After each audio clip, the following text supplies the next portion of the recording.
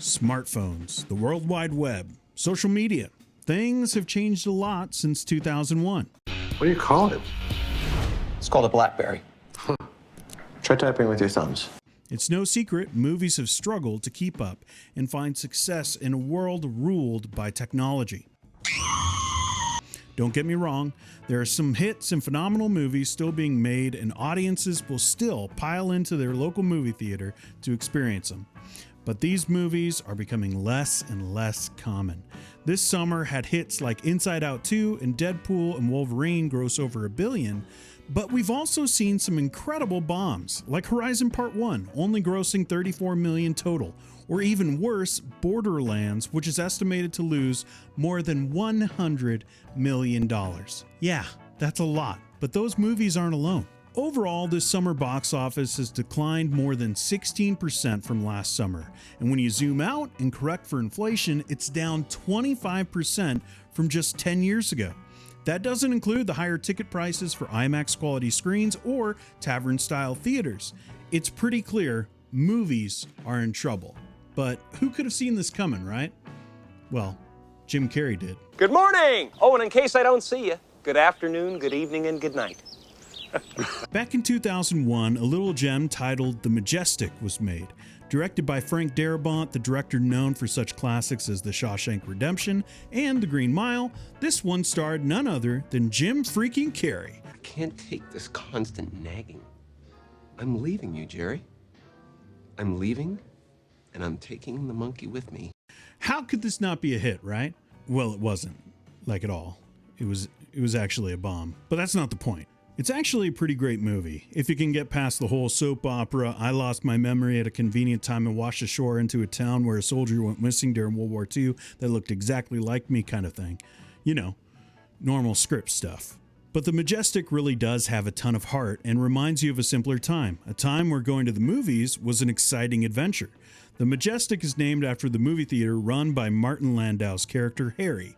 He and Jim Carrey's Luke fix up the theater after it went into disrepair. That event rejuvenates an entire town and is the catalyst for healing after the town lost so many of their sons to the war. It's a really beautiful movie that I think you should give a chance, but it does have a lot to say about movies themselves. How movies have struggled during changing times, but even more importantly, how movies can excel even now. So The Majestic opens up with Jim Carrey, who is writing a new script and listening to movie executives turn that script upside down. Forget the disease. Nobody wants disease. It's depressing. Boss is right. Who needs disease? Looks horrible. I hate disease. Box office poison. The Majestic brilliantly points out this lack of creativity in Hollywood often, because after all, movies are just like any other business. They have to make money. And that's what most studio executives are focused on. They don't care about inspiring audiences with a fresh and innovative story.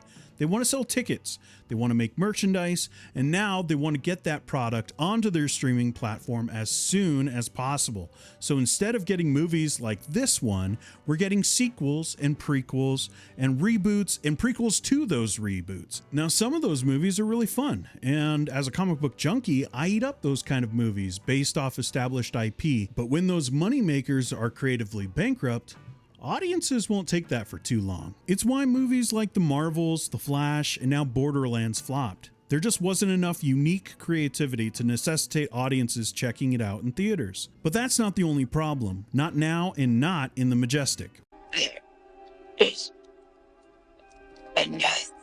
When trying to inspire Luke to help get the Majestic back in shape, Harry gives a passionate speech that shows that everyone behind this movie really understood the uphill climb that Hollywood was facing. This television thing, why would you want to stay home and watch a little box?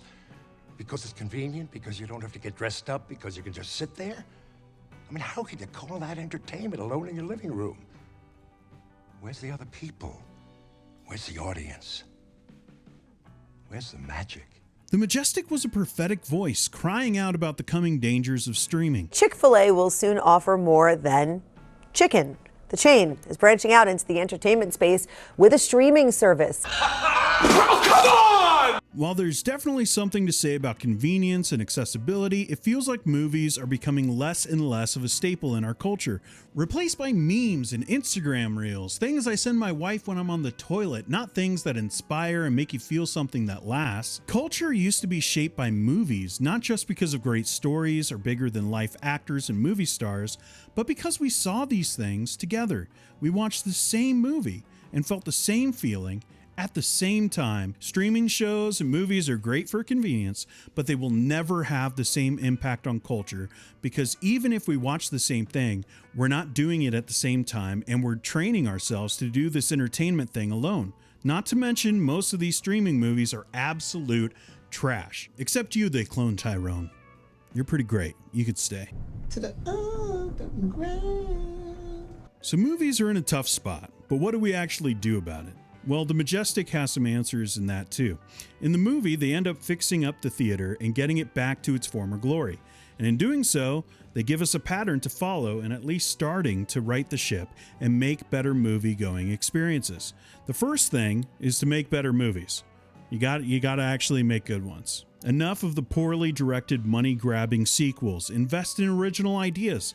That's the kind of movies that Harry describes to Luke right before that speech we looked at before. Chaplin, that's why. And Keaton and Lloyd. Garbo, Gable, and Lombard, and Jimmy Stewart, Jimmy Cagney, Fred and Ginger. They were gods. And they lived up there. That was Olympus. These movie stars weren't known for Fast and Furious 19, but for unique movies that grip the audience through captivating storytelling and strong performances. The second step to getting movie theaters back on track is to just make movie theaters great again. Is that too political? It's probably too political, right? But just look at the poster for the Majestic. When was the last time you saw a movie theater that looked like that? It's bright, it's fun, it's a place that fills you with wonder right off the bat. Not a giant corporate box with a logo on the front from 2005. Movie theaters and the studios that need them more than they realize have to get back to making the movie theater special. A different looking place with incredible service. That's what made it so memorable, and that's what will make it sustainable moving forward. Make audiences prefer to purchase a ticket and experience a movie at the theater rather than sit on their couch instead. Which reminds me, movie theaters, we got to do something about the seating, okay? Now, a lot already have, but I know my theater has uncomfortable seats that don't work, narrow aisles with no legroom, and almost nothing fun to see as you walk in.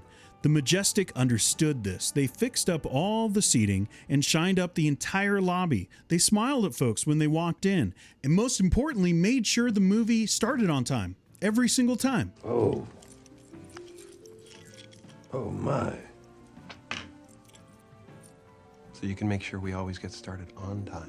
All of these changes led the community to rally around the Majestic and be excited to purchase a ticket, to forget their troubles and enjoy the magic of movies.